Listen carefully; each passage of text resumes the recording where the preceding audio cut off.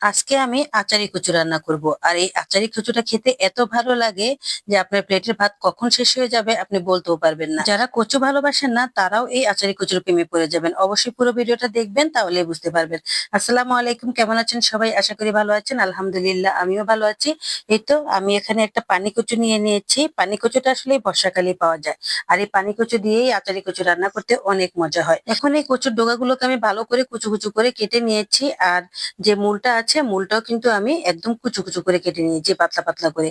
এতে করে তাড়াতাড়ি সিদ্ধ হয়ে যাবে, খেতেও ভালো লাগবে। আর এই আচারি কচু রান্না করার জন্য কচুটা ঠিক এভাবেই কাটতে হবে, এভাবে কাটলে এটা খেতে বেশি মজা হয়। তো যাই হোক, এই তো সবগুলো এখন আমি একসাথে ভালো করে ধুয়ে তারপর একটু করে ভাপ দিয়ে নিচ্ছি। ভাপ দিয়ে নিলে কচুটা অনেকটা নরম হয়ে যায়, আর এতে করে অনেকটা রান্না করতে সুবিধা হয়। আর ভাপ দেওয়া কচুটা কিন্তু খেতেও ভালো লাগে। আর এদিকে আমি 2 টেবিল চামচ পরিমাণ সর্ষে নিয়ে নিয়েছি। সর্ষেটা গুঁড়ো করে নিয়েছি, আর সাথে দিয়ে দিলাম এখানে হলুদের গুঁড়ো, মরিচের গুঁড়ো, লবণ আর ধনিয়ার গুঁড়ো। বাস আর কিছুই দিব না। ভালো করে মিক্স করে এটা এক সাইডে রেখে দিচ্ছি। আপনাদেরকে একটা গোপন টিপস দিয়ে দিচ্ছি, কচু রান্না করার সময় সবসময় একটু করে হলো সর্ষে বাটা দিবেন, তাহলে দেখবেন কচু একদমই গলা ধরবে না। অনেকেই আছেন চিংড়ি মাছ, ইলিশ মাছ অথবা শুটকি এসব ছাড়া কচু রান্না করতেই পারেন না। একবার শুধু এভাবে কচুটা রান্না করে দেখেন, দেখবেন কত মজা হয়। একদমই অল্প খরচে রান্না করতে পারবেন, কোনো রকমের সমস্যা নেই, কোনো টেনশন নেই। শুধু কচুর ফ্লেভারটাই আপনি পাবেন, এতটাই ভালো লাগে। আর এই কচুর ফ্লেভারটা রান্নার পর এত মজা হয়, এত সুন্দর হয় যে আপনি এটা গ্রানে খেয়ে ফেলতে পারবেন অনেক দূর। তো যাই হোক, এখন আমি দিয়ে দিলাম এখানে পেঁয়াজ কুচি, তারপর দিয়ে দিলাম আদা রসুন বাটা আর কাঁচা মরিচ, আর দিয়ে দিলাম কয়েকটা শুকনা মরিচ। ব্যাস, তারপর আমি যে মশলাটা মাখিয়ে রেখেছিলাম ওই মশলাটাও দিয়ে দিয়েছি। আর এখন ভালো করে মশলাটাকে একটু কষিয়ে নেব। তেল ওঠা পর্যন্ত কষিয়েছি, তারপর দিয়ে দিলাম এখানে সেই কচু। অনেকগুলো কচু নিয়েছিলাম, আর দেখেন ভাপ দেওয়ার পর অল্প একটু হয়ে গেছে। তো যাই হোক, এখন মশলাটার সাথে ভালো করে মিক্স করে নিচ্ছি। আচারি কচু কেন বলছি সেটা কিছুক্ষণ পরে টের পাবেন, কারণ এই আচারি কচু কিন্তু তেমন একটা কেউই জানে না রান্না করতে, আর কখনো করেও নি। অবশ্যই আমিই করি, কারণ আমার কাছে খুবই ভালো লাগে। এটা একটা ফেভারিট ডিশ আমার, খেতে অনেক মজা হয়। বিশেষ করে এই পানি কচু সিজন আসলেই আমি এটা রান্না করি, কারণ পানি কচু দিয়েই রান্না করতে বেশি ভালো লাগে। তারপর দিয়ে দিলাম একটু করে মসুরের ডাল। মসুর ডালটা আমি আগে সিদ্ধ করে নিয়েছি।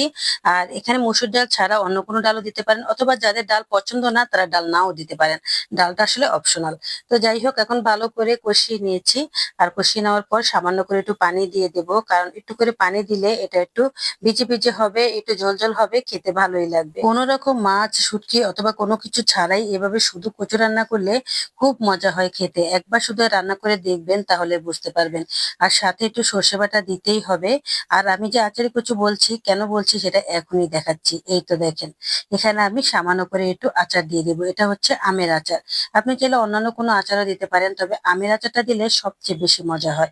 তো আমি এখানে আচার নিয়ে নিচ্ছি, আর সাথে আচারের সাথে যে তেলটা আছে এখান থেকে কিছুটা তেলও দিয়ে দিচ্ছি।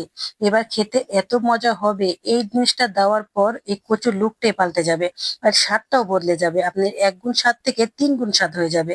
এতটাই মজা হয়, বিশ্বাস করেন, একবার শুধু এভাবে রান্না করে দেখেন।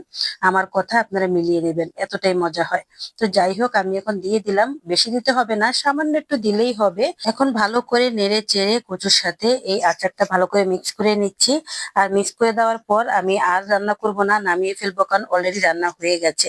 তো মিক্সটা যখন হয়ে গেছে, তারপরে এখন দিয়ে দেব আমি একটু করে ভাজা জিরার গুঁড়ো।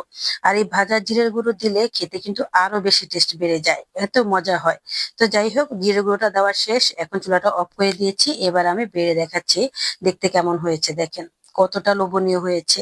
বিশ্বাস করতে পারছেন? একবার শুধু খেয়ে দেখবেন এরকম, তাহলে বুঝতে পারবেন যে এটা কতটা মজা হয়। আচারের ফ্লেভার, তারপর আবার সর্ষের ফ্লেভার, শুকনো মরিচের ফ্লেভার, সব মিলিয়ে এটা একদম মাছ মাংসকেও হার মানাবে। তো কেমন হয়েছে এই আচারি কচু, এবার আপনাদের বলার পালা। অবশ্যই কমেন্ট করে বলবেন। ভালো থাকবেন সবাই, আজ এ পর্যন্তই। আল্লাহ হাফেজ।